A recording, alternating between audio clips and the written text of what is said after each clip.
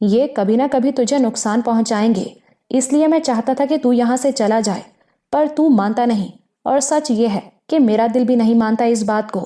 کچھ محبت سی ہو گئی ہے تجھ سے، تو اب یہی ترکیب رہ گئی ہے کہ تجھے عزت دوں، اپنا دوست کہوں، اور سب لوگوں سے میں کہتا بھی ہوں، لو بھائی، جمال دین تو میرا دوست ہے، اس کی کوئی بات میں ٹال نہیں سکتا۔ جمال دین حیرت سے منہ کھولے اس کی باتیں سن رہا تھا۔ ٹھاکر جی، لوگ یہ تو سوچیں گے کہ مجھ میں ایسی کیا خوبی ہے، چاہے کوئی آپ سے پوچھنے کی ہمت نہ کرے۔ ٹھاکر مسکرایا، سب جانتے ہیں کہ مجھے وفاداری بہت پسند ہے، اور تجھ میں یہ خوبی سب سے زیادہ ہے۔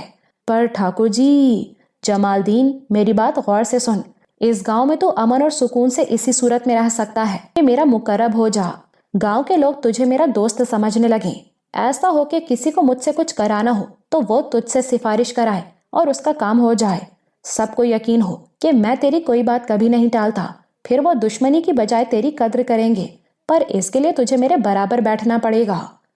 بہت مشکل کام ہے ٹھاکر جی، جمال دین نے گہری سانس لے کر کہا۔ تو پھر آسان تو یہ ہے کہ تو مجھ سے جتنی چاہے رقم لے اور کسی دوسرے گاؤں میں، کسانوں کے گاؤں میں جا کر زمین خریدے اور سکون سے وہاں رہے۔ تو سوچ لے جمال دین۔ یہ سب جمال دین نے اسے بتایا اور مشورہ کیا۔ اس نے کہا، سنو جی، ٹھاکر جی کی بات ماننے میں ہی بہتری ہے، دیکھو نا، تم یہ گاؤں چھوڑنا نہیں چاہتے اور یہاں رہنے کی یہی ایک صورت ہے۔ یوں اس گاؤں میں ان کا ایک مقام بن گیا، اور وہاں کے معتصب ہندوؤں نے بھی اس حقیقت کو تسلیم کر لیا کہ جمال دین کو ہنسی خوشی اور عزت کے ساتھ برداشت کرنا ہے۔ یہی نہیں، وہ ان کے لیے فائدہ مند ہے۔ جو کچھ وہ ٹھاکر سے کہنے کی ہمت نہیں کر سکتے، وہ جمال دین کے ذریعے ٹھاکر تک پہنچا دیتے ہیں، اور ناممکن کام بھی ہو جاتا ہے۔ پھر اس کے ہاں وصال دین پیدا ہوا اور بے رونق گھر جیسے آباد ہو گیا۔ تب وہ سوچتی کہ ٹھاکر جی کی اتنی بڑی حویلی کسی بچے کے بغیر کتنی ویران لگتی ہوگی۔ وہ ٹھاکر کے لیے اولاد کی دعا کرنے لگی، اور اللہ کے حکم سے ٹھاکرانی کی گود بھری تو سبھی کی دنیا بدل گئی۔ وہ ایسا مبارک بچہ تھا کہ گاؤں کی تقدیر ہی بدل گئی، اور وہ ایسی محبت اور ایسی طلب لے کر آیا جس نے ٹھاکر کو اس کا بھائی بنا دیا۔ ایسے ہی احسان ماننے والے تھے ٹھاکر ویر، اور ننھا ٹھاکر تو مقدر ہی کچھ اور لے کر آیا تھا۔ اس نے ماں کا دودھ پینے سے انکار کر دیا اور دودھ کے لیے اسے منتخب کر لیا۔ یوں وہ رشتے قائم ہو گئے جو ہو ہی نہیں سکتے تھے۔ وہ ننھے ٹھاکر کی ماں بن گئی اور وصال دین اس کا بھائی، اور ننھے ٹھاکر کو اللہ نے عزت والا بنایا تھا۔ وہ آیا تو اللہ نے کس کس کو عزت دی، اور کیسی عزت دی! جو اس سے جڑا اسے اللہ نے خوب نوازا۔ جمال دین اور وصال دین کو وہ عزت ملی جس کا وہ تصور نہیں کر سکتے تھے، اور وہ عزت ختم نہیں ہوئی بلکہ اس میں اضافہ ہوتا رہا۔ وصال دین اور جمال دین دنیا سے رخصت ہو گئے، لیکن اللہ کی طرف سے انہیں اب بھی اس دنیا تک عزت مل رہی ہے۔ زبیر اور رابعہ کی مثال بھی سامنے ہے، اور تو اور زمین کے نصیب بھی جاگ گئے۔ لال آندھی کی لپیٹ میں آ کر گاؤں کے گاؤں ختم ہو گئے۔ کہتے ہیں جہاں اللہ کا قہر نازل ہوتا ہے وہاں پھر کبھی آبادی نہیں ہوتی، لیکن وہ زمین پھر ابھری، اور ٹھاکروں کی گڑھی اور اس کے ارد گرد کے تمام ہندو گاؤں سب حق نگر کے نام سے آباد ہو گئے۔ ٹھاکر ویر کی بہت بڑی خوبی یہ تھی کہ وہ احسان نہیں بھولتے تھے اور اس کا صلہ دیتے رہتے تھے۔ دوسرے راجپوتوں کی طرح احسان لینا انہیں پسند نہیں تھا، لیکن احسان کے نیچے آ جائیں تو پھر کبھی اسے بھولتے نہیں تھے۔ اور یہ عبدالحق انہی کا بیٹا تھا۔ اب اس مدرسے ہی کو دیکھ لو، اسے معلوم تھا کہ یہ سب کچھ زبیر نے کیا۔ یہ زبیر بھی وفاداری کی مثال تھا۔ کیسے اس نے حویلی کو دوبارہ زندہ کیا، اور کیسے اسے مدرسہ بنا کر اس کی عزت بڑھائی، اور وفادار زبیر نے اس مدرسے کو ٹھاکر ویر کا نام دینے کا سوچا ہوگا۔ لیکن عبدالحق، اس کی آنکھیں بھیگنے لگیں۔ مولوی صاحب نے تقریر کی، لیکن مولوی صاحب کو وہ سب کچھ معلوم نہیں تھا جو انہوں نے تقریر میں بیان کیا۔ وہ سمجھ سکتی تھی کہ شرمیلے عبدالحق نے جو کچھ وہ خود کہنا چاہتا تھا مولوی صاحب سے کہلوا دیا، اور عبدالحق نے کیسا حق نکالا۔ اس زمین پر سجدہ کرنے والا، نماز پڑھنے والا کوئی بھی نہیں تھا جمال دین کے سوا۔ یہ بات عبدالحق کے علاوہ کون جانتا تھا؟ کوئی نہیں۔ جو جانتے تھے سب مٹ چکے تھے سوائے اس کے اور زبیر اور رابعہ کے، اور اسے خود بھی یہ بات یاد نہیں تھی، تو زبیر اور رابعہ کو کیسے یاد ہوتی؟ ہاں، اب اسے یاد آ رہا تھا کہ جمال دین بیٹے کو تاکید سے نماز پڑھواتا تھا، اور دہلی بھیجتے ہوئے بھی اسے یہی تاکید کی تھی۔ لیکن عبدالحق نے یہ بات یاد رکھی تھی، اور اس نے اس مدرسے کو جمال دین کا حق سمجھا تھا، اور اپنے باپ پر فوقیت دیتے ہوئے اسے جمال دین کا نام دیا تھا۔ اس پر حمیدہ کو ایک اور خیال آیا۔ کبھی کبھی وہ سوچتی تھی کہ اس کا شوہر اور بیٹا شاید شہید ہوئے تھے۔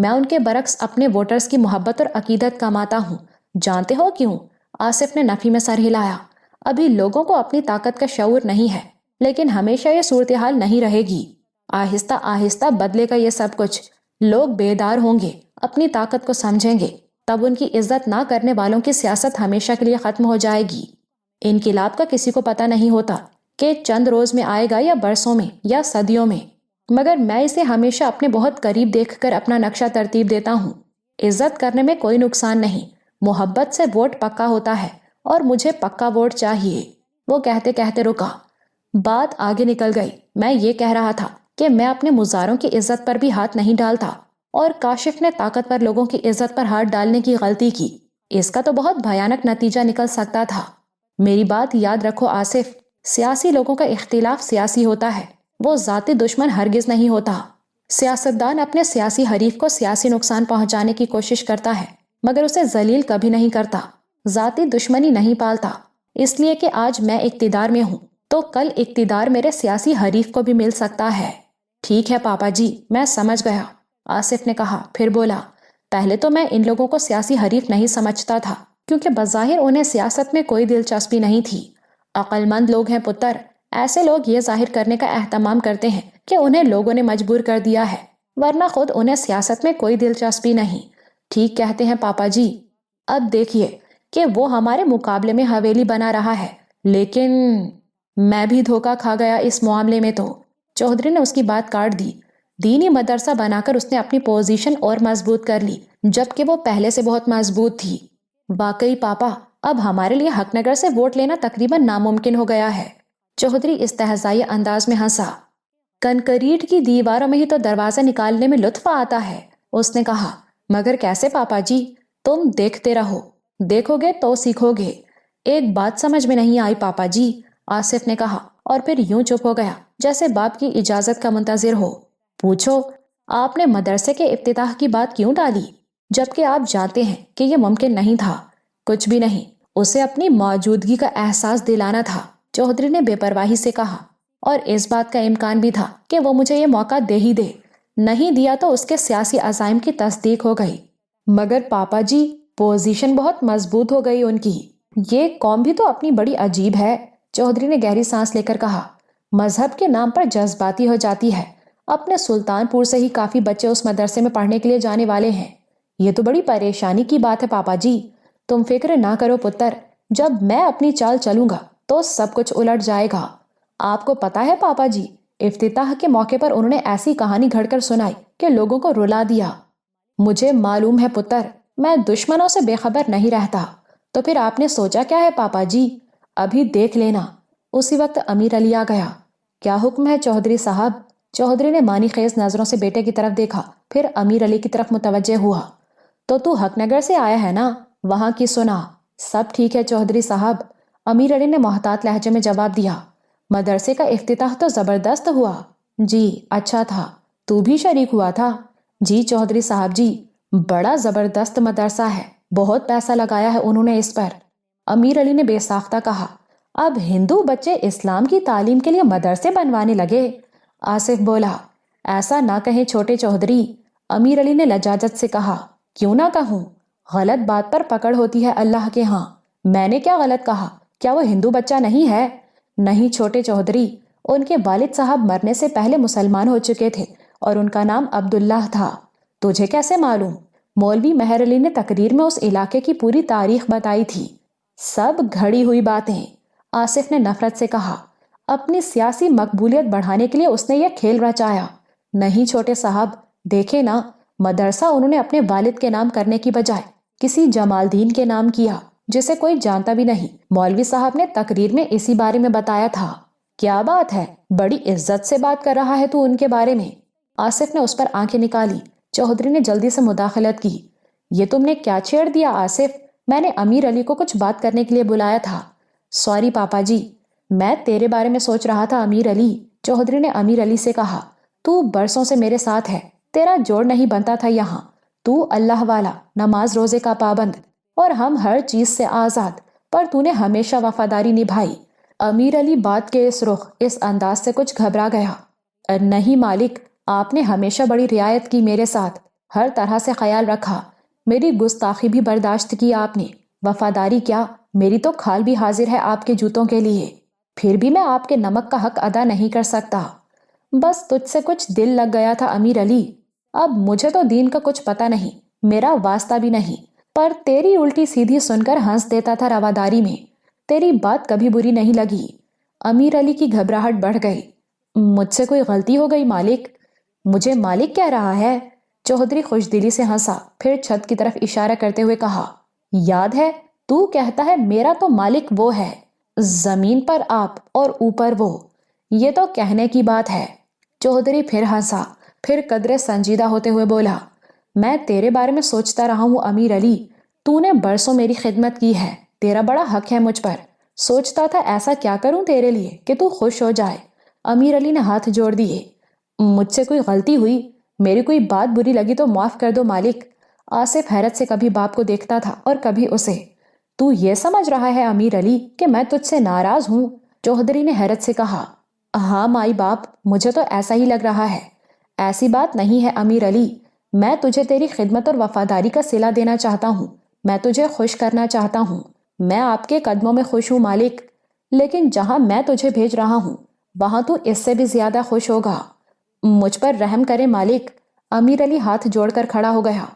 تو غلط سمجھ رہا ہے امیر علی، چودھری نے نرم لہجے میں کہا، میں تجھے سزا نہیں سچ مچ انعام دے رہا ہوں۔ امیر علی ہاتھ جوڑے کھڑا رہا، اب کہنے کو اس کے پاس کچھ بھی نہیں تھا، اور اسے یقین تھا کہ چودھری نے اسے دوسری دنیا میں بھیجنے کا فیصلہ کر لیا ہے۔ اس پر لرزہ چڑھا ہوا تھا۔ تو فکر نہ کر امیر علی، جو تجھے یہاں سے ملتا ہے وہ پہلے کی طرح ملتا رہے گا، چودھری نے مسکراتے ہوئے کہا۔ امیر علی کی کچھ جان میں جان آئی۔ چودھری نے یہ نہیں کہا تھا کہ اس کے بچوں کو ملتا رہے گا، بس میری ملازمت سے تیری جان چھوٹ جائے گی۔ میں یہ کب چاہتا ہوں مالک؟ میں تجھے تیرے اصل مالک کے حوالے کر رہا ہوں امیر علی۔ امیر علی پھر گھبرا گیا، یہ تو دوسری دنیا میں بھیجنے ہی کی بات ہو رہی تھی، اور اب یہ سسپینس اس کے لیے ناقابل برداشت ہو گیا تھا، اس لیے اس کا ڈر بھی کم ہو گیا۔ میں آپ کا مطلب نہیں سمجھا مالک۔ اپنا اور بیوی بچوں کا پیٹ پالنے کے لیے تو مجھ جیسے بے دین کے ہاں ملازمت کرتا رہا، یہ مجبوری نہیں ہے، میں یہاں خوش ہوں مالک۔ چل یہی صحیح، بہرحال اب میں چاہتا ہوں کہ تو اس مدرسے میں داخلہ لے اور دین کی تعلیم حاصل کر، ہر مہینے تیری تنخواہ میں تیرے گھر بھجوا دیا کروں گا، اب تجھے یہاں آنے کی ضرورت نہیں۔ حیرت سے امیر علی کا منہ کھل گیا، یہ وہ بات تھی جو وہ خواب میں بھی نہیں سوچ سکتا تھا۔ وہ فوری طور پر کوئی رد عمل بھی ظاہر نہیں کر سکا۔ بظاہر تو یہ اس کے لیے بہت بڑی نعمت تھی، مگر چودھری تو دین سے چڑھتا تھا اور بغیر فائدے کے وہ کچھ کرتا بھی نہیں تھا، اور اب اس میں بھی اس کا کوئی فائدہ ضرور ہوگا، لیکن وہ امیر علی کی سمجھ میں نہیں آ رہا تھا۔ چودھری نے جیسے اس کا ذہن پڑھ لیا، تو سوچ رہا ہوگا کہ اس میں میرا کیا فائدہ ہے؟ وہ بولا، تو امیر علی فائدہ تو ہے میرا، دیکھ اگر اللہ واقعی موجود ہے تو وہ مجھے اس کام کا بڑا اجر دے گا، اور وہ نہیں ہے تو اس میں میرا کوئی نقصان نہیں۔ تو نے برسوں وفاداری کے ساتھ میری خدمت کی ہے، اس کے بدلے میں میرا فرض ہے کہ میں تجھے یہ خوشی دوں جبکہ میں دے بھی سکتا ہوں۔ شکریہ مالک، بس اب تو جا، اب یہاں آنے کی ضرورت نہیں، کبھی ضرورت ہوئی تو میں خود تجھے بلا لوں گا، لیکن مجھے یقین ہے کہ ایسا ہوگا نہیں۔ لیکن مالک، بس امیر علی، چودھری نے ہاتھ اٹھاتے ہوئے کہا، اب تو جا، میں نے کہا نا کہ تیری تنخواہ ہر ماہ تیرے گھر پہنچ جائے گی، کوئی اضافی ضرورت کبھی ہو تو بالکل نہ ہچکچانا، اپنے بیٹے کو حویلی بھیج دینا، تیری ہر ضرورت پوری ہو جائے گی۔ بہت شکریہ مالک۔ امیر علی چودھری کے ہاتھ چومنے لگا، ساری زندگی آپ کے احسانوں میں گزری ہے، مگر یہ احسان تو… اس کا گلا رند گیا، اس سے بات پوری نہیں کی گئی۔ بس تو میرے لیے دعا کرتے رہنا، چودھری نے اس کے سر کو تھپ تھپاتے ہوئے کہا۔ بس اب تو جا اور فوراً داخلہ کرا لے اپنا، وقت ضائع نہ کرنا۔ ٹھیک ہے مالک۔ آصف حیرت سے باپ کو دیکھ رہا تھا، چودھری کے ہونٹوں پر مسکراہٹ تھی، اور باہر جاتے ہوئے امیر علی کے ذہن میں بس ایک سوال تھا، مگر اس کا جواب اس کے پاس نہیں تھا۔ اس میں چودھری کا کیا فائدہ ہے؟ کیونکہ چودھری فائدے کے بغیر کوئی کام نہیں کرتا۔ امیر علی کے جانے کے بعد آصف نے کہا، پاپا جی، میری سمجھ میں تو کچھ بھی نہیں آیا۔ کیسے آ سکتا ہے پتر؟ جو میرے دماغ میں ہے وہ تجھے معلوم جو نہیں؟ تو بتائے نا، کیا ہے آپ کے دماغ میں؟ خود دیکھ لینا، میں بتاؤں گا کچھ نہیں۔ کیا آپ امیر علی سے اس طرف کی جاسوسی کرائیں گے؟ چودھری نے بڑی ناگواری سے اسے دیکھا۔ اس مدرسے میں نہ تو سیاست ہونے والی ہے اور نہ کوئی سازش۔ تو میں بھلا امیر علی کو وہاں کیوں بھیجوں؟ کچھ کامن سینس سے بھی کام لیا کر آصف۔ تو بتائیں نا، امیر علی کو وہاں کیوں بھیجا آپ نے، جبکہ وہ ہمارا اندر کا آدمی ہے؟ کتنے ہی ایسے معاملات کے بارے میں جانتا ہے جن کا علم باہر کسی کو نہیں ہونا چاہیے۔ چودھری کو بیٹے کی بات بہت بری لگی۔ میں بیوقوف ہوں نا تمہارے خیال میں تو یہ بات جانتا سمجھتا نہیں ہوں، ہے نا؟ میں یہ نہیں کہہ رہا ہوں پاپا، میں تو بس سمجھنا چاہتا ہوں۔ امیر علی جیسا بھی ہے، اس کی وفاداری پر شک نہیں کیا جا سکتا، چودھری نے گمبھیر لہجے میں کہا۔ اس کو کوئی جان سے مار دے تو بھی ہمارے بارے میں کچھ نہیں اگلوا سکتا، مجھے پورا بھروسہ ہے اس پر۔ لیکن اسے مدرسے بھیجنے کا کیا مقصد ہے پاپا جی؟ یہ سوچ سوچ کر تو اس وقت امیر علی بھی اپنے سر کے بال نوچ رہا ہوگا، چودھری نے ہنستے ہوئے کہا۔ مگر وہ سمجھ نہیں سکے گا، میں بھی کوشش کے باوجود یہ بات نہیں سمجھ پایا، اب بتا بھی دیں۔ بات یہ ہے آصف کہ میں اسے یہاں سے ہٹانا چاہتا تھا۔ مگر کیوں پاپا جی؟ اس کی وفاداری اپنی جگہ، لیکن وہ میرے آدمیوں میں سب سے کمزور ہے۔ اس کی کمزوری یہ ہے کہ وہ اللہ والا ہے، اور ایسے لوگ جذباتی اعتبار سے ٹھہراؤ سے محروم ہوتے ہیں۔ جان بوجھ کر تو وہ کبھی ایسا نہیں کرے گا، لیکن کبھی کوئی مذہب کا، اللہ کا معاملہ آ جائے تو وہ اضطراری طور پر اس طرف جھک جائے گا، اور نازک کھیل ایک لمحے میں ہاتھ سے نکل جاتے ہیں۔ میں ایسی کوئی گڑبڑ نہیں چاہتا۔ یعنی ایسا کوئی کھیل کھیلنے والے ہیں آپ؟ آصف نے پوچھا۔ چودھری نے اس بات میں سر ہلایا۔ اس کے بارے میں کچھ بتائیں گے نہیں؟ نہیں، بتا دوں تو لطف ختم ہو جائے گا، بے خبری میں دیکھو گے تو دل خوش ہو جائے گا۔ اچھا یہ تو بتا دیں کہ آپ کا ہدف کیا ہے؟ عبدالحق کو ہمیشہ کے لیے سیاسی طور پر نااہل اور ناکارہ بنانا۔ اس کے نتیجے میں وہ ہمارا سیاسی حریف بننے کے قابل نہیں رہے گا، اور اس کے لیے امیر علی کو یہاں سے ہٹانا ضروری تھا۔ ہاں، نازک کھیل میں بڑی احتیاط سے کھیلتا ہوں، اس میں کوئی چانس نہیں۔ صرف ایک ماہ میں عبدالحق کو ایسا لگنے لگا کہ جیسے وہ کبھی حق نگر سے کہیں گیا ہی نہیں تھا، ہمیشہ سے وہ یہیں رہ رہا ہے، اور وہ دیکھ رہا تھا کہ گھر کے سبھی لوگ لاہور کے مقابلے میں یہاں بہت زیادہ خوش ہیں۔ حمیدہ کو تو خیر یہاں خوش ہونا ہی تھا کہ وہ اس کا اصل گھر تھا، اس کے علاوہ ہر جگہ کو وہ پردیس سمجھتی تھی۔ یہی حال رابعہ کا بھی تھا، اور زبیر تو پرندوں کی طرح اڑنے والا تھا، اس کے لیے سب جگہیں برابر تھیں، جہاں رات ہوئی وہیں سو گئے۔ لیکن ساجد کی خوشی تو اسے غیر معمولی لگتی تھی، کیونکہ وہ تو بڑے شہر کا عادی تھا، اور کہتے ہیں کہ جو لوگ بڑے شہر کے عادی ہوں، چھوٹے شہروں میں ان کا دل نہیں لگتا۔ مگر پھر اسے خیال آیا کہ آدمی جہاں پیدا ہوا ہو، اس جگہ سے اسے قدرتی طور پر بہت محبت ہوتی ہے۔ خود اس کی اپنی مثال سامنے تھی، کتنے شہروں میں وہ رہا اور بڑے آرام اور آسائش میں رہا، مگر ٹھاکروں کی گڑھی اور حق نگر جیسا سکون اور خوشی اسے کہیں نہیں ملی۔ لیکن نور الحق، وہ یہاں ایسا خوش و خرم اور مطمئن کیوں ہے؟ وہ تو یہاں پیدا نہیں ہوا، اس کی پیدائش ایبٹ آباد کی ہے، اور اسے یاد تھا کہ ایبٹ آباد میں ہی اس نے نور الحق سے پوچھا تھا کہ اسے کہاں رہنا سب سے زیادہ اچھا لگے گا، تو اس نے ایبٹ آباد کو چھوڑ کر حق نگر کا نام لیا تھا۔ اس سلسلے میں اس کی سمجھ میں بس ایک ہی بات آتی تھی، یہ کہ بچے کو اپنے ماں باپ، دادا دادی، نانا نانی سے جو محبتیں ملتی ہیں وہ غیر شعوری، بہت گہری اور شدید ہوتی ہیں۔ نور الحق کو اسکول میں داخل کرا دیا گیا تھا، اور وہ بہت خوش تھا۔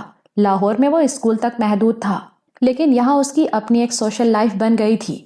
وہ پھپھو کے ہاں چلا جاتا، اور زرینہ کے بچے بھی باقاعدگی سے ان کے گھر آتے رہتے تھے۔ اسے خوش دیکھ کر عبدالحق کو بڑی طمانینت ہوتی تھی، اور جہاں تک اس کا اپنا تعلق تھا تو اس کے پاس فرصت ہی فرصت تھی۔ شفٹنگ کی گرد ذرا بیٹھی تو سب سے پہلے اس نے مولوی صاحب کی بک شاپ کا رخ کیا۔ ان کی دکان دیکھنے کو اسے بڑا اشتیاق تھا۔ دکان دیکھی تو وہ اس پر فدا ہو گیا۔ مولوی صاحب نے دکان کو بڑی خوبصورتی سے مرتب کیا تھا۔ ایک حصے میں دینی کتب تھیں، اور ایک چھوٹے سے قصبے کی دکان کے لحاظ سے وہاں کتابوں کا بڑا ذخیرہ تھا۔ قرآن پاک کے نسخے، تفاسیر، احادیث کی اور دعاؤں اور وظائف کی کتابیں بھی تھیں، اور تاریخ اور فقہ پر بھی، پھر دینی معلومات کی کتب تھیں۔ یہ تو بڑا ذخیرہ ہے مولوی صاحب، عبدالحق نے ستائشی لہجے میں کہا۔ ھذا من فضل ربی، الحمدللہ، مولوی صاحب نے بڑے خلوص سے کہا۔ مجھے لگتا ہے کہ یہ تو بس آپ کا ذاتی شوق ہے۔ کیا کہنا چاہتے ہو پتر؟ میں سمجھا نہیں۔ میرا مطلب ہے کہ یہاں ان کتابوں کو پڑھنے والے لوگ کہاں ہوں گے؟ غلط سمجھ رہے ہو، غلط سوچ رہے ہو پتر، مولوی صاحب نے گہری سانس لے کر کہا۔ دیکھو، قرآن کی تو اشاعت جتنی بھی ہو کم ہی ہے۔ لوگ خیر و برکت کے لیے گھروں میں رکھنے کی خاطر بھی قرآن لے جاتے ہیں۔ ان کے لہجے میں دکھ اور تاسف در آیا۔ چاہے پڑھا نہ جائے، مگر ہر مسلمان کے گھر میں تمہیں قرآن کے کئی نسخے ملیں گے، اور اس کے ہدیے میں بحث بھی نہیں کرتے لوگ۔ واقعی یہ بات آپ ٹھیک کہہ رہے ہیں مولوی صاحب، لیکن یہ دوسری کتابیں، تم سمجھ رہے ہو کہ ان کتابوں کا یہاں کوئی خریدار نہیں، یہ بس میں نے اپنے شوق اور خوشی کے لیے یہاں رکھی ہیں۔ مولوی صاحب نے اسے بہت غور سے دیکھا۔ جی ہاں، میں نہیں سمجھتا کہ اس چھوٹے سے شہر میں جہاں لوگ بہت مصروف زندگی گزار رہے ہیں ان کتابوں کا کوئی پڑھنے والا ہوگا، حالانکہ ہر ماہ مجھے بڑی باقاعدگی سے یہ کتابیں لاہور سے منگوانی پڑتی ہیں۔ عبدالحق کچھ سوچنے لگا۔ تم یہاں بیٹھ کر دیکھو تو تمہاری سمجھ میں آئے گا پتر، ایسے نہیں سمجھ سکتے۔ عبدالحق کے ذہن میں روشنی کا جھماکا سا ہوا۔ بات اس کی گرفت میں نہیں آ رہی تھی، مگر مولوی صاحب کی بات سن کر پوری طرح اس کی سمجھ میں آ گئی۔ مولوی صاحب، مجھے آپ کی مدد کی ضرورت ہے، اس نے اچانک کہا۔ مولوی صاحب نے چونک کر اسے دیکھا۔ بول پتر، میں جس قابل بھی ہوں حاضر ہوں تمہارے لیے۔ آپ جانتے ہیں کہ میں بے روزگار ہوں۔ مولوی صاحب کا منہ حیرت سے کھل گیا۔ پھر پتر، تمہارے پاس تو اللہ کا دیا سبھی کچھ ہے۔ بے شک مولوی صاحب، اللہ کا بہت فضل ہے، لیکن عقل حلال سے بڑی کیا چیز ہوگی؟ میں سمجھا نہیں پتر۔ آپ مجھے نوکری دے دیں اپنی دکان میں، اس سیکشن میں سیلز مین کی نوکری۔ مولوی صاحب کے چہرے پر زلزلے کے سے آثار تھے۔ یہ سب کچھ تمہارا ہی ہے، نوکری کیسی پتر عبدالحق؟ لیکن مجھے تو نوکری ہی چاہیے، تنخواہ اتنی ہی جتنی آپ ان دونوں لڑکوں کو دیتے ہیں۔ مجھے شرمندہ نہ کرو پتر، یہ آپ کا مجھ پر احسان ہوگا مولوی صاحب۔ خاصی بحث کے بعد اس نے مولوی صاحب سے یہ بات منوا ہی لی۔ پر میری ایک شرط ہے پتر عبدالحق۔ حکم کرے مولوی صاحب، تم ایک اچھے ملازم کی طرح میری ہر بات مانو گے، دکان سے باہر بھی میری ہر بات مانو گے، سوائے اس کے جو اللہ کے حکم سے خدا نخواستہ متصادم ہو۔ جی مولوی صاحب، یہ میرا وعدہ ہے، عبدالحق نے بڑے خلوص سے کہا۔ اور میرا ہر بوجھ ہلکا کرنے کی کوشش کرو گے، ہر طرح سے میرا ہاتھ بٹاؤ گے؟ جی مولوی صاحب، انشاءاللہ۔ بس تو کل سے کام پر آ جاؤ، مولوی صاحب نے ہنستے ہوئے کہا۔ آج سے؟ ابھی سے کیوں نہیں؟ عبدالحق بھی مسکرا دیا۔ حق نگر آنے کے بعد تھوڑے ہی دنوں میں نور الحق کافی بڑا اور کافی سمجھدار ہو گیا تھا۔ لاہور میں دیکھنے، سمجھنے اور سیکھنے کو اتنا کچھ تھا ہی نہیں، وہاں تو بس پڑھائی ہی تھی، مگر یہاں چھوٹا اور ناسمجھ ہونے کے باوجود اس کی سمجھ میں آ گیا تھا کہ نصاب سے باہر زندگی زیادہ وسیع ہے۔ پھپھو کا گھر اور دادا کا گھر تو اس کے لیے اجنبی نہیں تھا، البتہ حق نگر کا اسکول اس کے لیے ایک نئی اور بڑی دنیا ثابت ہوا، اور وہ لاہور کے اسکول سے ہر لحاظ سے مختلف تھا۔ 2 ہفتے گزارنے کے بعد وہ اپنی جماعت میں بڑی مشکل سے 2 دوست بنا سکا، کلاس کے بلکہ اسکول کے تمام بچے اس سے دور ہی رہتے تھے۔ اتنا تو اس کی سمجھ میں آ گیا کہ اس دوری میں ناپسندیدگی نہیں، بلکہ وہ اسے جن نظروں سے دیکھتے ہیں ان میں اس کے لیے عزت اور محبت ہوتی ہے۔ وہ سب سامنے نظر بھر کر بھی اسے نہیں دیکھتے تھے، وہ چپکے چپکے اسے دیکھتے تھے، اور ایسے دیکھتے تھے جیسے وہ ان سب سے بہت بلند ہو۔ جو ہم جماعت دوست بنے تھے وہ اسے اس سلسلے میں کچھ نہیں بتا سکے، البتہ انور نے اسے سمجھایا۔ وہ اس سے 2 جماعت آگے تھا اور شروع ہی سے اس اسکول میں پڑھ رہا تھا۔ یہ سب تمہاری عزت کرتے ہیں، اس نے کہا، تو دوستی کیوں نہیں کرتے مجھ سے؟ یہ تمہیں خود سے بہت بڑا سمجھتے ہیں نا، اس لیے، اور یہ تو میرے ساتھ بھی ہوتا ہے۔ نور الحق کی سمجھ میں بات بالکل نہیں آئی۔ کیوں ایسا سمجھتے ہیں؟ ماموں جان کی وجہ سے۔ نور الحق جانتا تھا کہ انور بابا کو ماموں جان کہتا ہے، مگر اس وقت ایسا گڑبڑا کہ یہ بات بھی بھول گیا۔ کون ماموں جان؟ اس نے پوچھا۔ انور نے اسے عجیب سی نظروں سے دیکھا۔ تمہارے بابا جان، اور کون؟ لیکن کیوں؟ تمہیں نہیں معلوم؟ ان سب بچوں کو معلوم ہے کہ جہاں وہ رہتے ہیں وہ ماموں جان کی زمین ہے، یہ پورا شہر ماموں جان کی زمین پر آباد ہے، اسی لیے تو اس کا نام حق نگر ہے۔ انور نے اسے سمجھانے کی کوشش کی۔ تب تو انہیں مجھ سے زیادہ دوستی کرنی چاہیے۔ نہیں، وہ تمہاری عزت کرتے ہیں، تمہیں خود سے بڑا سمجھتے ہیں، تو جس کی عزت کرتے ہیں اس سے دوستی نہیں کرتے؟ نور الحق نے نکتہ اٹھایا۔ اور یہاں سب بابا جان کی عزت کرتے ہیں، تو کیا یہاں بابا جان کا کوئی دوست نہیں؟ سب دوست ہیں ماموں جان کے، پر ان کی برابری نہیں کرتے۔ سب محبت کرتے ہیں ماموں جان سے، لیکن ان کے سامنے سر نہیں اٹھاتے، زور سے کبھی نہیں بولتے، ان کی بات کبھی نہیں ٹالتے۔ مجھے تو یہ بات اچھی نہیں لگتی۔ لاہور کے اسکول میں بڑے دوست تھے میرے، لڑائیاں بھی ہوتی تھیں۔ ابھی کچھ دن دور رہیں گے، پھر تمہیں دیکھنے کے عادی ہو جائیں گے تو تمہارے دوست بھی بن جائیں گے۔ مجھے تو نہیں لگتا ایسا ہی ہوگا، میرے ساتھ بھی ایسا ہی ہوا تھا، انور نے اسے یقین دلایا۔ وہاں اساتذہ کا رویہ بھی ایسا ہی تھا، وہ اس سے آپ جناب سے بات کرتے جیسے وہ ان سے بڑا ہو۔ اسے یہ بات بہت عجیب بلکہ بہت بری لگتی تھی۔ اور تو اور ہیڈ ماسٹر صاحب کا بھی یہی حال تھا۔ داخلے کے وقت وہ ان کے کمرے میں گیا تھا تو انہوں نے کہا، عبدل صاحب کا بیٹا ہمارے اسکول میں پڑھے گا، یہ تو اعزاز ہوگا ہمارے لیے۔ اور جو 2 دوست بنے تھے اس کے، وہ بھی ایسے تھے کہ اس کی ہر بات مان لیتے تھے، ورنہ دوستوں میں تو بحث اور تکرار بھی ہوتی ہے، لڑائیاں بھی ہو جاتی ہیں، روٹھ بھی جاتے ہیں ایک دوسرے سے، اور کبھی ایک دوسرے کو منا لیتا ہے اور کبھی دوسرا پہلے کو، اور اس روٹھنے اور منانے میں بڑا لطف ہوتا ہے، بڑی خوشی ملتی ہے۔ تو نور الحق کو اکتاہٹ ہونے لگی، کچھ مزہ ہی نہیں ہے یہاں۔ اسے نہیں معلوم تھا کہ کچھ ہی دنوں میں سب کچھ الٹ جائے گا۔ سر اکرام 1 مہینے کی چھٹی پر تھے۔ انہوں نے نور الحق کو اور نور الحق نے انہیں نہیں دیکھا تھا۔ وہ ریاضی کے استاد تھے۔ وہ چھٹیوں سے واپس آئے تو انہوں نے نور الحق کو دیکھا۔ یہ معلوم ہوا کہ وہ عبدالحق کا بیٹا ہے تو منہ بنا کر بولے، بادشاہ کے بیٹے کا عوامی اسکول میں کیا کام؟ نور الحق کی سمجھ میں بات تو نہیں آئی، لیکن یہ وہ سمجھ گیا کہ سر کا لہجہ اور انداز دوستانہ نہیں ہے۔ انور سے بات ہوئی تو انور نے کہا، سر اکرام ایسے ہی ہیں، ماموں جان سے بہت چڑھتے ہیں، پتہ نہیں کیوں، اور نور الحق وہ سخت بھی بہت ہیں، بہت مارتے ہیں بچوں کو۔ تب نور الحق کو وہاں کے ماحول میں پہلی بار تبدیلی کا احساس ہوا۔ وہ بچہ تھا، بہت زیادہ سمجھدار نہیں تھا، پھر بھی اس کی سمجھ میں آ گیا کہ اس کے لیے فضا کچھ تبدیل ہو رہی ہے۔ سر اکرام اس پر خاص توجہ دیتے تھے، جیسے وہ کسی خاص موقع کی تلاش میں ہوں، مگر خوش قسمتی سے وہ ریاضی میں بہت اچھا تھا۔ سر اکرام مشکل ترین سوال حل کرنے کے لیے اسے بلاتے اور چوک اسے تھما دیتے، اور وہ بغیر کسی غلطی کے سوال حل کر دیتا۔ میں ان بچوں کو بہت ناپسند کرتا ہوں جو ہوم ورک کر کے نہ لائیں، سر اکرام نے کہا۔ ان کی نظریں نور الحق پر تھیں۔ اور یاد رکھو، میں مرمت لگاتا ہوں تو بڑے بڑے ٹھیک ہو جاتے ہیں۔ نور الحق کو لگا کہ یہ بات خاص طور پر اس سے کہی جا رہی ہے، لیکن اسے تو امی نے یہ سکھایا تھا کہ اسکول سے آنے کے بعد زیادہ سے زیادہ 1 گھنٹہ آرام کرو اور پھر سب سے پہلے ہوم ورک مکمل کر لو تاکہ بے فکری ہو جائے، اور یہی اس کا معمول تھا۔ انور کی بات درست ثابت ہوئی تھی۔ کلاس کے کچھ اور لڑکوں سے اس کی دوستی ہو گئی تھی، لیکن وہ اس سے بے تکلف نہیں ہوئے تھے۔ ان کے نزدیک وہ کاکا صاحب کا بیٹا تھا، وہ اسے کبھی اپنے جیسا نہیں سمجھ سکتے تھے۔ یوں نور الحق کو پتا چلا کہ اس کے بابا جان کو حق نگر میں کاکا صاحب کہا جاتا ہے۔ اس کی سمجھ میں آ گیا کہ یہ لوگوں نے اس کے تایا سے سیکھا ہے جو بابا جان کو کاکا کہتے ہیں۔ اسے دوستی کی بڑی آرزو تھی اور اسے احترام میں لپٹی ہوئی سہی دوستیاں ملی بھی، لیکن سر اکرام کی مہربانی سے اسے نفرتیں اور دشمنیاں بھی مل گئیں۔ سر اکرام اس سے براہ راست مخاطب صرف اس وقت ہوتے تھے جب اسے تختہ سیاہ پر کوئی سوال حل کرنے کے لیے بلاتے، لیکن اس کی کلاس میں وہ طنزیہ گفتگو کرتے اور اسے احساس ہوتا کہ وہ اگرچہ اس کی طرف دیکھ نہیں رہے ہیں لیکن مخاطب اسی سے ہیں، اور وہ گفتگو کچھ اس طرح کی ہوتی، ایک ٹیچر کے لیے اس کے تمام شاگرد برابر ہوتے ہیں، خواہ کوئی کسان کا بیٹا ہو یا بادشاہ کی اولاد۔ میں کسی غریب کے بچے کو اس کی غلطی پر معاف کر سکتا ہوں، لیکن امیر کے بچے کو پوری سزا دوں گا۔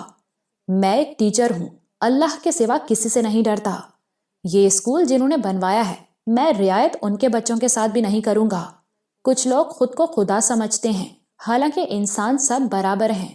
پھر ایک عجیب بات ہوئی۔ نور الحق کی جماعت کے کچھ بچے اچانک ہی اس کے دشمن بن گئے۔ وہ اسے چھیڑتے، اکساتے، کوشش کرتے کہ کوئی ایسی بات ہو کہ لڑنے کا موقع مل جائے، لیکن کاکا صاحب کی عزت کرنے والے باقی تمام لڑکے اس کی پشت پر آ کھڑے ہوتے، اور اس سے عجیب بات یہ ہوئی کہ نور الحق اس صورتحال سے خوفزدہ نہیں ہوا، بلکہ اس کی بے کیفی دور ہو گئی۔ اس میں اسے لطف آنے لگا۔ وہ اس پھیکی اور بے رنگ عزت سے اکتایا ہوا تھا جو وہاں سے اسے مل رہی تھی۔ چنانچہ یہ تبدیلی اسے بہت اچھی لگی۔ پھر اس میں بڑی کلاسوں کے بچے بھی شامل ہو گئے، اور اس سب کے پیچھے سر اکرام تھے جو بچوں کو نور الحق کے خلاف بھڑکا رہے تھے۔ اور پھر ایک دن سر اکرام کو وہ موقع مل ہی گیا جس کی انہیں تلاش تھی، اور یہ بھی ممکن ہے کہ وہ موقع انہوں نے خود تخلیق کیا ہو۔ بہرحال اس سلسلے میں حتمی طور پر کچھ نہیں کہا جا سکتا۔ نور الحق کلاس میں سب سے آگے بیٹھنے والے بچوں میں تھا، لیکن سر اکرام اپنے پیریڈ میں اسے پیچھے بٹھاتے تھے۔ اس روز ان کے پیریڈ کے دوران آگے بیٹھے ہوئے ایک بچے کے سر پر چھوٹا سا ایک پتھر آ کر لگا جو پیچھے کی جانب سے آیا تھا۔ بچے کے منہ سے چیخ نکلی اور وہ سر پر ہاتھ رکھ کر رونے لگا۔ سر اکرام جلدی سے اس کی طرف لپکے۔ کیا ہوا؟ انہوں نے بچے کا ہاتھ ہٹا کر سر کا جائزہ لیا۔ وہاں چھوٹا سا ایک گومڑا پڑا ہوا تھا۔ سر، کسی نے پتھر مارا ہے پیچھے سے، بچے کے ساتھ بیٹھے ہوئے ہم جماعت نے کہا۔ سر اکرام نے چند لمحے بچے کے مضروب سر کو ملا، پھر وہ پیچھے والی صفوں کی طرف متوجہ ہوئے۔ بہتر یہی ہے کہ یہ حرکت جس نے بھی کی ہے وہ خود ہی مجھے بتا دے۔ کسی دوسرے سے پتا چلا مجھے تو سزا بھی 10 گنا زیادہ ملے گی، انہوں نے کہا۔ نور الحق کے برابر بیٹھا ہوا لڑکا اٹھ کھڑا ہوا۔ سر، یہ پتھر نور الحق نے مارا ہے۔ نور الحق بوکھلا گیا، اس سے کچھ کہا بھی نہیں گیا۔ پچھلی قطار میں بیٹھا ہوا ایک لڑکا اٹھا۔ سر، یہ نصیر جھوٹ بول رہا ہے، پتھر نور الحق نے نہیں، خود اس نے مارا ہے۔ سر اکرام نے اسے گھورا۔ بیٹھ جاؤ تم، انہوں نے غصے سے کہا۔ سر میں نے خود دیکھا ہے، پتھر نصیر نے ہی مارا ہے۔ بیٹھتے ہو یا مجھے تم کو مار مار کر بٹھانا ہوگا۔ سر اکرام کا لہجہ اور سخت ہو گیا۔ وہ لڑکا سہم کر بیٹھ گیا۔ سر اکرام اب نور الحق کو گھور رہے تھے۔ ان کے ہونٹوں پر بڑی سفاک مسکراہٹ تھی۔ وہ بچے کے مضروب سر کو سہلا رہے تھے۔ چند لمحے بعد وہ وہاں سے ہٹ کر اپنی جگہ پر چلے گئے۔ وہاں سے انہوں نے اپنا ڈنڈا اٹھایا اور اپنے ایک ہاتھ سے دوسری ہتھیلی پر کئی بار ہلکی سی ضرب لگائی، جیسے اس کی سختی کو جانچ رہے ہوں۔ پوری کلاس میں سناٹا چھا گیا تھا۔ نور الحق تم یہاں آ جاؤ میرے پاس، سر اکرام نے پکارا۔ نور الحق اپنی جگہ سے اٹھا اور ان کی طرف چلا آیا۔ اس کے انداز میں بے خوفی تھی۔ یس سر۔ سر اکرام چند لمحے غور سے اس کے چہرے کو دیکھتے رہے۔ بہت خوب، تمہارے چہرے پر کوئی شرمندگی نہیں ہے۔ نور الحق نے کوئی جواب نہیں دیا۔ میں تم سے پوچھ رہا ہوں نور الحق، سر اکرام نے سخت لہجے میں کہا۔ تم شرمندہ نہیں ہو؟ جواب دو مجھے۔ نہیں سر، میں شرمندہ نہیں ہوں۔ اور تمہیں ڈر بھی نہیں لگ رہا ہے؟ جی نہیں سر۔ تمہیں تمہارے گھر میں یہ نہیں سکھایا گیا کہ استاد سے ڈرنا چاہیے؟ جی نہیں سر، مجھے تو یہ بتایا گیا ہے کہ استاد شفیق اور محبت کرنے والے ہوتے ہیں۔ وہ اپنا علم ہمیں دیتے ہیں، ان سے باپ جیسی محبت کرنی چاہیے۔ ڈرنا تو بس اللہ سے چاہیے سر۔ ننھے نور الحق کے لہجے میں گستاخی نہیں، مضبوطی تھی۔ آدمی غلطی کرے گا تو دنیا میں سب سے ڈرے گا، سر اکرام نے کہا۔ اور تم نے غلطی کی ہے، تم نے سرفراز کو پتھر مارا۔ تمہیں ڈر نہیں لگتا کہ تمہیں اس پر سزا ملے گی؟ میں نے کوئی غلطی نہیں کی، میں نے پتھر نہیں مارا سر۔ اب تم جھوٹ بھی بول رہے ہو، یہ اور بری بات ہے۔ میں جھوٹ نہیں بولتا سر، اور انشاءاللہ کبھی بولوں گا بھی نہیں، یہ بھی مجھے سکھایا گیا ہے۔ تم جھوٹ بول رہے ہو، نصیر نے تمہیں پتھر مارتے دیکھا ہے۔ میں نے پتھر نہیں مارا سر۔ تو نصیر جھوٹ بول رہا ہے؟ یہ میں نہیں کہوں گا سر، لیکن میں سچ بول رہا ہوں۔ میں نے پتھر نہیں مارا، اور میں کلاس میں پتھر لے کر نہیں آتا، اور نہ ہی میں کسی ساتھی کو کوئی تکلیف پہنچانا چاہتا ہوں۔ سر اکرام کے چہرے پر حیرت کا تاثر ابھرا۔ یہ عجیب بچہ تھا کہ اپنے سچ پر تو اصرار کر رہا تھا، لیکن برعکس بات کرنے والے کو جھوٹا نہیں کہہ رہا تھا۔ تم یہ کیوں نہیں کہتے کہ نصیر جھوٹ بول رہا ہے؟ میں کیوں اسے جھوٹا کہوں سر؟ میں تو اپنے بارے میں بات کروں گا۔ اس کا تو مطلب ہے کہ تم جھوٹ ہی بول رہے ہو۔ جی نہیں سر، میں سچ بول رہا ہوں۔ مجھے تم مطمئن نہیں کر پائے۔ دونوں ہاتھ پھیلاؤ اپنے۔ اور نور الحق نے ایک لمحے کی ہچکچاہٹ کے بغیر اپنے دونوں ہاتھ ان کے سامنے پھیلا دیے۔ سر اکرام نے اس کی دونوں ہتھیلیوں پر ایک ایک بید مارا، پوری طاقت سے۔ انہیں امید تھی کہ ڈر کے مارے اس کے منہ سے چیخ نکلے گی اور وہ اپنے ہاتھ کھینچ لے گا، تب وہ اسے ڈانٹ دے گا کہ ہاتھ آگے بڑھاؤ اپنے، مگر ایسا کچھ بھی نہیں ہوا۔ وہ ہاتھ بید کے جھٹکے سے ذرا سا ہلے، مگر پھیلے رہے، اور منہ سے سی کی آواز بھی نہ نکلی۔ انہوں نے سر اٹھا کر اس کے چہرے کو دیکھا۔ ننھے بچے کی پیشانی پر پسینے کے قطرے آئے ہوئے تھے۔ ان کا غصہ اور بڑھ گیا۔ انہوں نے پھیلے ہوئے ہاتھوں پر پھر بید مارے، مگر اس بار بھی کچھ نہیں ہوا۔ اب سر اکرام کی بس ایک ہی خواہش تھی، وہ اسے تڑپ کر ہاتھ کھینچتے دیکھنا چاہتے تھے، وہ اس کی چیخ سننا چاہتے تھے۔ ان پر دیوانگی طاری ہو گئی۔ ان کے لیے دنیا میں اب ان پھیلی ہوئی ہتھیلیوں کے سوا کچھ بھی نہیں تھا۔ وہ ان پر بید برساتے چلے گئے۔ شاید یہ سلسلہ کبھی نہ رکتا، مگر ہیڈ ماسٹر صاحب اپنے معمول کے مطابق کلاسوں کا وزٹ کرنے کے لیے نکلے ہوئے تھے۔ اس کلاس کے پاس سے گزرتے ہوئے کھڑکی سے یہ منظر دیکھا تو کلاس میں چلے آئے۔ یہ کیا ہو رہا ہے اکرام صاحب؟ انہوں نے گرجدار آواز میں کہا۔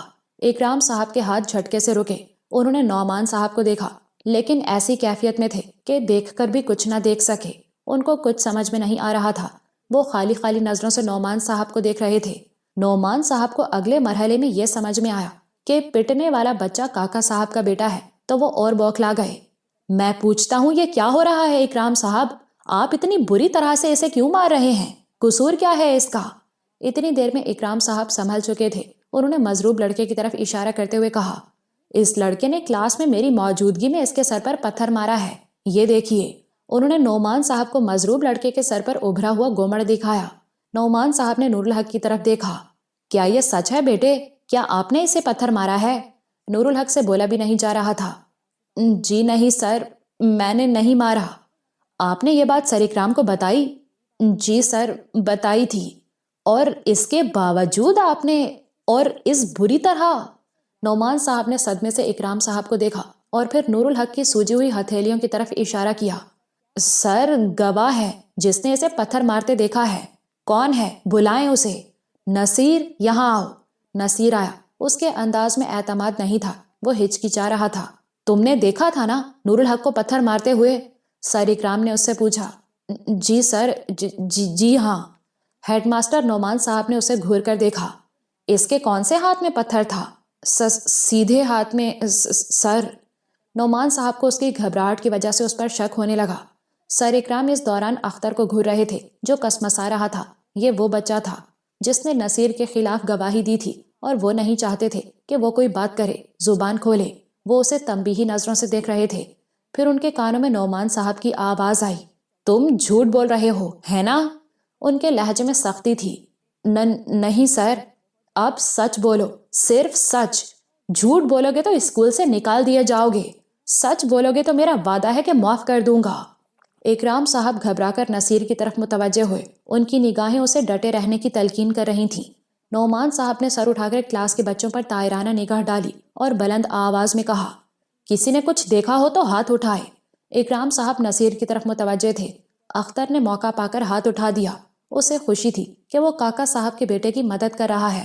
یہاں آ جاؤ، نعمان صاحب نے اسے پکارا۔ اکرام صاحب نے گھبرا کر ادھر دیکھا مگر معاملات ان کے ہاتھ سے نکل چکے تھے۔ اختر بھی وہاں آ کھڑا ہوا۔ نام کیا ہے تمہارا؟ نعمان صاحب نے اس سے پوچھا۔ اختر جناب۔ کیا دیکھا تم نے؟ سر، میری آنکھوں کے سامنے پتھر نصیر نہیں مارا تھا، تو تم نے سر کو بتایا کیوں نہیں؟ نعمان صاحب نے غصے سے کہا۔ بتایا تھا سر، سر نے کہا بیٹھ جاؤ ورنہ مار مار کر بٹھاؤں گا۔ نعمان صاحب نے سخت نگاہوں سے اکرام صاحب کو دیکھا، پھر نور الحق کا ہاتھ تھامتے ہوئے بولے، اسے میں اسپتال بھیجوا رہا ہوں، آپ ان دونوں لڑکوں کو لے کر میرے دفتر میں آئیں۔ اکرام صاحب کا چہرہ پھک ہو گیا تھا۔ نعمان صاحب باہر نکلے۔ انہوں نے اپنے چپڑاسی کو ایک نوٹ تھماتے ہوئے کہا، انہیں ڈاکٹر اصغر کے پاس لے جاؤ، وہاں انہیں چھوڑ کر اقرا کتاب گھر جانا اور کاکا صاحب سے کہنا کہ فوراً اسکول آ جائیں اور پھر نور الحق کو ساتھ لے کر واپس آنا، سمجھ گئے؟ جی سر۔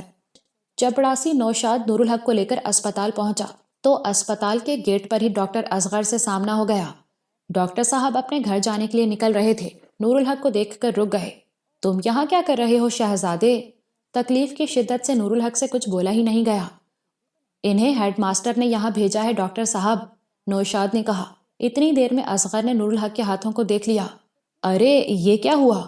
مجھے تو کچھ معلوم نہیں ڈاکٹر صاحب۔ اصغر ڈاکٹر تھا، پروفیشنل تھا، پھر نور الحق سے محبت بھی کرتا تھا۔ سوال جواب میں وقت ضائع کرنے کی بجائے بولا، جلدی سے آؤ میرے ساتھ۔ اپنے کمرے میں لے جا کر اصغر نے نور الحق کے ہاتھوں کا معائنہ کیا۔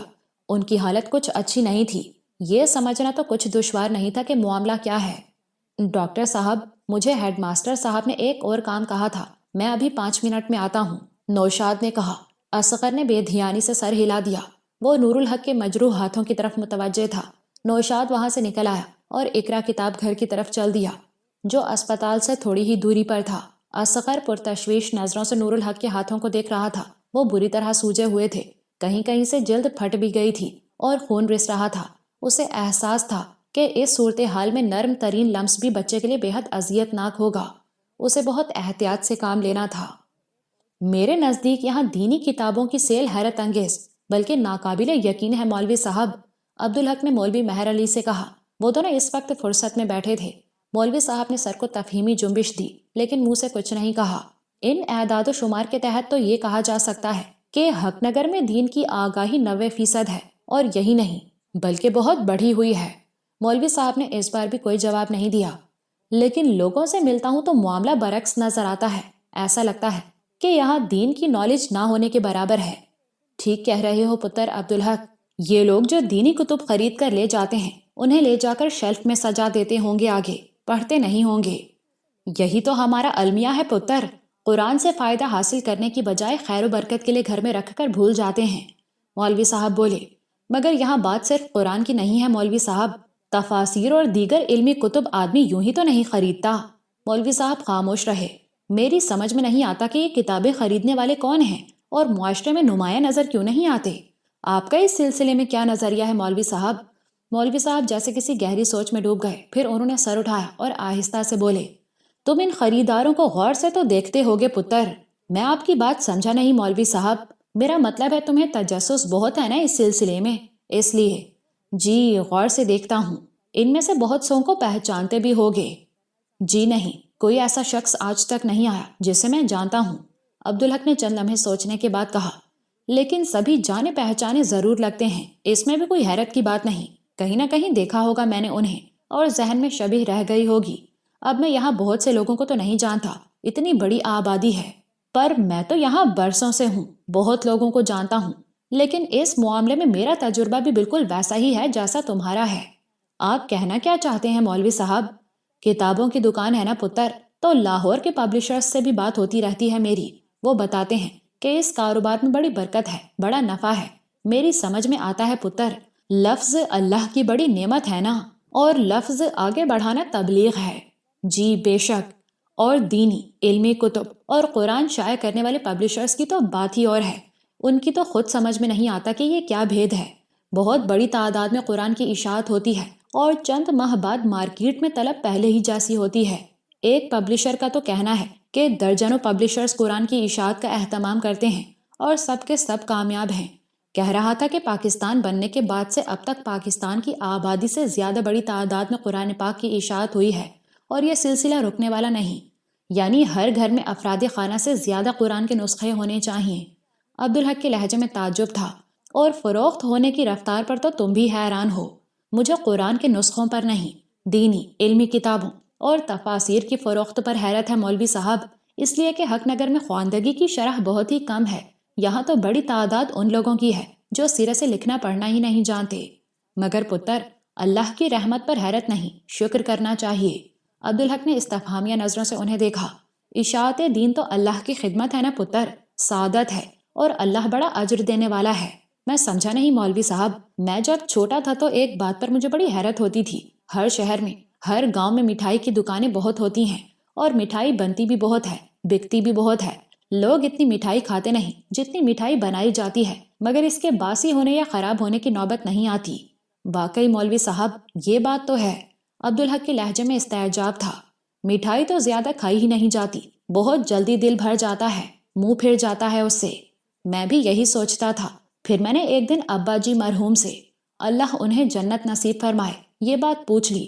انہوں نے غور سے مجھے دیکھا اور مسکرائے، پھر بولے، پتر، مٹھائی کھانے والے بس انسان ہی تو نہیں ہیں۔ میں نے کہا، ابا جی، جانور تو مٹھائی نہیں کھاتے۔ تو پتہ ہے پتر ابا جی نے کیا کہا؟ بتائیں مولوی صاحب۔ وہ بولے، اور مخلوق بھی تو ہے۔ میری سمجھ میں کچھ نہیں آیا تو ابا جی بولے، قرآن میں انسان کے ساتھ کس مخلوق کا ذکر ہے جسے انسانوں ہی کی طرح اپنے اعمال کا جواب دینا ہوگا؟ اور پتر عبدالحق، میرے تو رونگٹے کھڑے ہو گئے یہ سن کر۔ عبدالحق کے تو اپنے رونگٹے کھڑے ہو گئے تھے، مگر وہ بات آگے نہ بڑھ سکی۔ اسی وقت چپڑاسی نوشاد وہاں نازل ہو گیا۔ اس نے ان دونوں کو سلام کیا، پھر عبدالحق سے بولا، کاکا صاحب، آپ کو ہیڈ ماسٹر صاحب نے بلایا ہے فوراً۔ عبدالحق کو حیرت بھی ہوئی اور تشویش بھی۔ تم کون ہو بھائی؟ میں اسکول کا چپڑاسی ہوں کاکا صاحب، نوشاد نام ہے میرا۔ اچھا نوشاد، تم چلو، میں آتا ہوں۔ نوشاد واپس اسپتال کی طرف چل دیا۔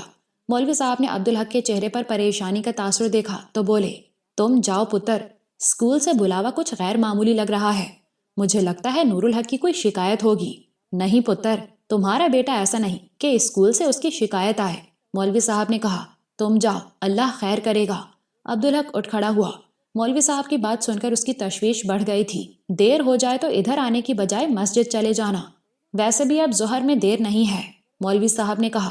عبدالحق نے سر کو تفہیمی جنبش دی اور دکان سے نکل آیا۔ ہیڈ ماسٹر صاحب کے کمرے میں عدالت لگی تھی۔ آپ خواہ مخواہ معمولی سی بات کو بڑھا رہے ہیں نعمان صاحب، اکرام صاحب نے کہا۔ آپ کو یہ معمولی بات لگتی ہے؟ کیا ٹیچر بچوں کو مارتے نہیں ہیں؟ کیا آپ نے کبھی اپنے کسی اسٹوڈنٹ کی مرمت نہیں کی؟ کی ہے، بارہا کی ہے، لیکن آپ کی طرح نہیں۔ ہیڈ ماسٹر صاحب نے بہت اعتماد سے کہا، یہ میں نہیں کہہ سکتا کہ آپ کو اندازہ نہیں ہے۔ میرے خیال میں آپ جانتے ہیں کہ آپ نے اس بچے کو کیسے مارا ہے۔ کیا مطلب ہے آپ کا؟ آپ نے اسے ایسے نہیں مارا جیسے ایک ٹیچر اپنے کسی شاگرد کو مارتا ہے۔ اس مار کی بنیاد محبت ہوتی ہے۔ آپ نے اسے ایسے مارا ہے جیسے آپ کی دشمنی ہو اس سے۔ اکرام صاحب مسکرائے، آپ تو افسانہ بنا رہے ہیں، شاید آپ کو اندازہ نہیں کہ اس کے ہاتھوں کا کتنا برا حال کر دیا ہے آپ نے۔ ہو سکتا ہے، اکرام صاحب نے بے پرواہی سے کندھے جھٹک دیے، لیکن بہرحال یہ معمول کی بات ہے۔ ان بچوں کو آپ کلاس میں واپس بھیج دیں، یہ اسکول ہے، تھانہ نہیں کہ آپ ان سے تفتیش کریں۔ آپ مجھ سے اس طرح بات نہیں کر سکتے۔ ہیڈ ماسٹر بری طرح بگڑ گئے۔ اور میں آپ کو بتا دوں کہ یہ معاملہ در حقیقت تھانے میں ہی جانے کے قابل ہے۔ تو لے جائیں تھانے میں۔ اکرام صاحب اٹھ کھڑے ہوئے۔ آپ بیٹھیں، میں آپ کی موجودگی میں ہی بچوں سے بات کرنا چاہتا ہوں۔ مگر بچوں سے بات میں تو 5 منٹ بھی نہیں لگے۔ نعمان صاحب نے پولیس کی دھمکی دی تو نصیر نے اگل دیا کہ پتھر اسی نے مارا تھا اور یہ سب کچھ کرنے کے لیے سر اکرام نے اسے کہا تھا۔ اب بولیں، یہ پولیس کیس ہے یا نہیں؟ ہیڈ ماسٹر صاحب نے کہا۔ اکرام صاحب کچھ پریشان ہو گئے تھے لیکن بہرحال تھے پکے آدمی۔ میری بات کے آگے اس بات کی کوئی اہمیت نہیں، یہ جھوٹ بول رہا ہے، انہوں نے نصیر کو گھورتے ہوئے کہا۔ اور یہ جھوٹ کیوں بولے گا؟ ہیڈ ماسٹر صاحب نے ان کی آنکھوں میں دیکھتے ہوئے کہا۔ اپنی جان بچانے کے لیے، اکرام صاحب نے زہریلے لہجے میں کہا۔ سب کچھ اسی کی وجہ سے تو ہوا ہے، اس نے جھوٹی گواہی دی تھی اور جو سچی گواہی دے رہا تھا اسے آپ چپ کرا رہے تھے، اس کی سن ہی نہیں رہے تھے۔ اچھا، آپ کا جو جی چاہے کریں، ہیڈ ماسٹر صاحب کی برداشت جواب دے گئی۔ آپ کا رویہ بہت برا ہے، مجرمانہ ہے۔ اب میں اس اسکول کی بدنامی کی پرواہ بھی نہیں کروں گا اور عبدالحق صاحب سے کہوں گا کہ تھانے میں پرچہ کٹوائیں آپ کے خلاف۔